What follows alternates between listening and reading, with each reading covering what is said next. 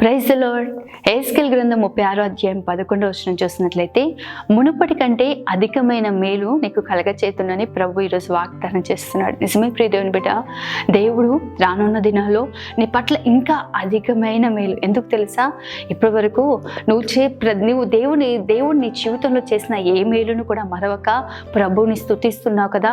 ఏ మేలు కూడా మరవకుండా ప్రభు పట్ల నమ్మకంగా ముందు కొనసాగింపబడుతున్నావు కదా. కొంతమందిని చూస్తూ ఉంటాం, ప్రభు చేసిన కార్యాలు మర్చిపోతూ ఉంటారు. ప్రభు చేసిన మేలుని మర్చిపోయి గడిచిన కాలంలో దేవుడు ఎలా దీవిస్తూ వచ్చాడో మర్చిపోతూ ఉంటారు. కాబట్టి వారి జీవితాల్లో రానున్న దినాల్లో మేలు చూడలేకుండా ఉన్న పరిస్థితులు ఉంటాయి. కానీ ఎవరైతే ప్రభువుని బట్టి కృతజ్ఞతా హృదయము కలిగి, ప్రభువు నన్ను అప్పుడు పోషించాడు, ఇప్పుడు పోషిస్తాడు, రానున్న దినాల్లో కూడా నా పట్ల అద్భుతం చేస్తాడు అని ఎవరైతే ప్రభు యందు నమ్మిక ఉంచుతారో, ఆయన యందు కృతజ్ఞతా హృదయం కలిగి ప్రభువుని స్తుతిస్తూ ఉంటారో, దేవుడు మునుపటి కంటే అధికమైన మేలు ప్రభు తప్పక ప్రతి ఒక్కరి జీవితాల్లో కలగజేసే దేవుడుగా ఉన్నాడు.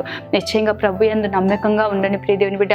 దేవుడు చేసిన మేలను బట్టి, ఆయన చేసిన ఉపకారములను బట్టి ప్రభువుని ఎప్పుడు స్తుతిస్తూ ఉండండి. నా ప్రాణమా యెహోవాను సన్నిధించుము, ఆయన చేసిన ఉపకారాల్లో దేనిని మరొకము అని కీర్తనకాడు అంటున్న రీతిగా ప్రభు చేసిన ఉపకారాల్లో దేనిని మరొకండి. ఎందుకంటే రాబో కాలంలో అధికమైన మేలు మీరు తప్పక పొందుకుంటారు. ఆమేన్. God bless you.